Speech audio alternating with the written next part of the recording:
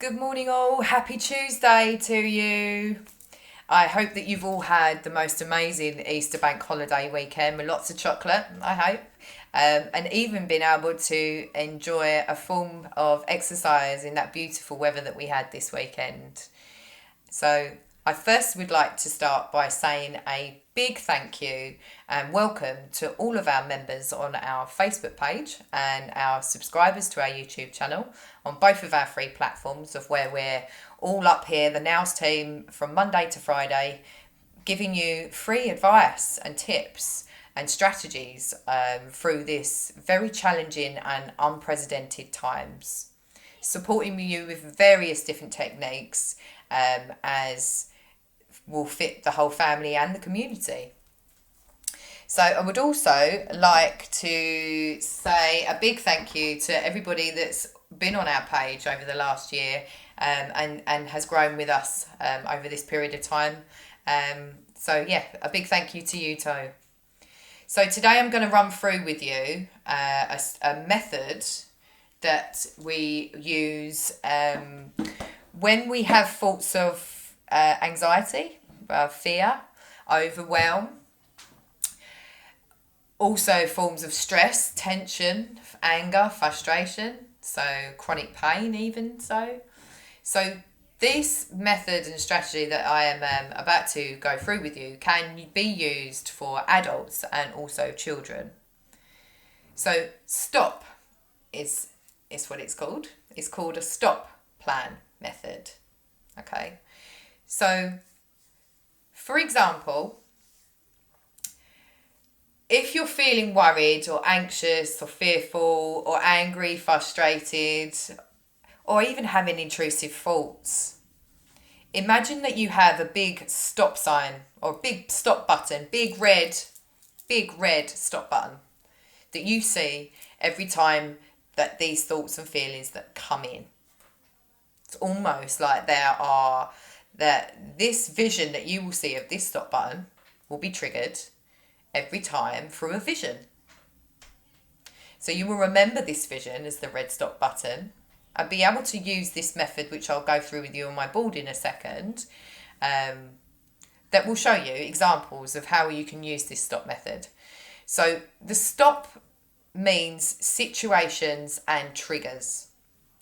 So how you can become aware of change from what is triggering you and what situations could also be triggering your feelings and thoughts.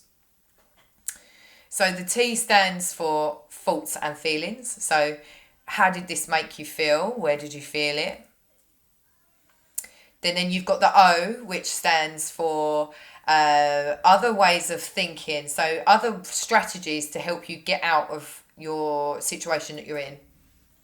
So what tools can you give, which I'll give you examples on my board in a second.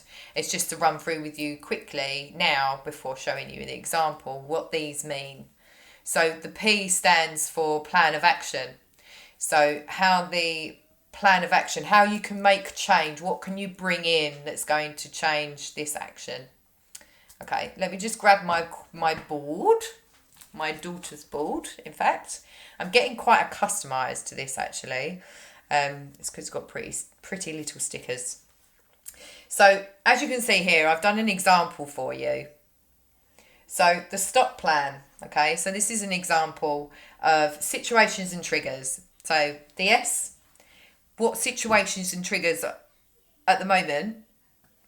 It's the outside world and the health problems. T, what thoughts and feelings are these causing? Overwhelm, fear, anxiety, stress, tension, anger, frustration. So there also goes through with what other ways can you think? So in these situations, what's going to help you focus on something else? This is what that part of the table means, is how can you change your focus? So I'm safe. I can use positive language or affirmations to help me change my thoughts and feelings and the way that I am and how I incorporate these in my daily routine. And P, lastly, stands for plan of action of how you can incorporate change. So to use the stop method when having worries, fears, anxiety, certain points of the triggers that I've mentioned, anything that comes into you, how can we use this stop method, which is simply this, is being able to use this table, becoming aware of your triggers, and also being able to change your focus on your feelings, so how you can swap the last two. So these are about how to change the situation in your own mind, and also in your home environments, whether it be home or work. And these two here are about what situations and how they're what triggers and thoughts and feelings are happening. So being able to use this as an example really helps, even if you was to be able to use this in a journal or a piece of paper that you can see, or even a whiteboard, and helping the children and also the adults within your house be able to use this kind of method. Next time someone goes to have a bit of a raised voice, it's like, whoop, stop, think about this method. How is it going to help me? How is it going to help everybody else in the house? Even the children, how is this going to stop a lot of their overwhelm? Which is just this. It's the process of being able to work through the motions and also to be able to make a plan of action to incorporate change. This will help you monitor steps towards awareness and change, which, leading by example on that board, is exactly how to lay it out. To see that red stop button come in as a vision, as a trigger vision, every time that you go into this point where you don't feel very great, so your thoughts and everything else are coming through. So using that stop button. Also, lastly, I'd like to give you a calming tool, which was also another way of being able to use in your plan of action.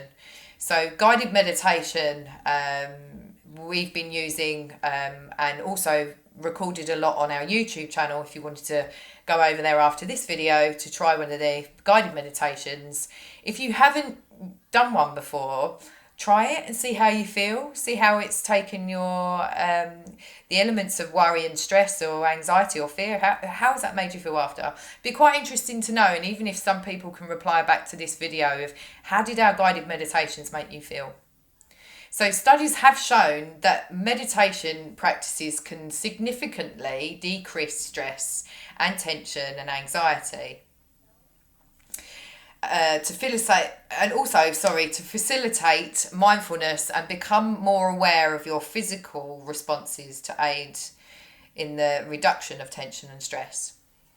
So over on YouTube, like I say, it'd be great if you wanted to try one of our links of our guided meditations. Please drop a message in this video to let me know how you feel. If you're something that it's not something for you, then at least you know that you've tried it, and that there are many wellbeing techniques throughout the rest of this week that will be there for you to try as well. So before I go, sorry, can't get my words out today. Before I go, I would like to give you 2 affirmations to use over the period of the week until I come up again. To use in repetition, to use every morning and every night. So before I go, I am going to say that the first one is that I am focusing on progress. So I'm just putting these balls back.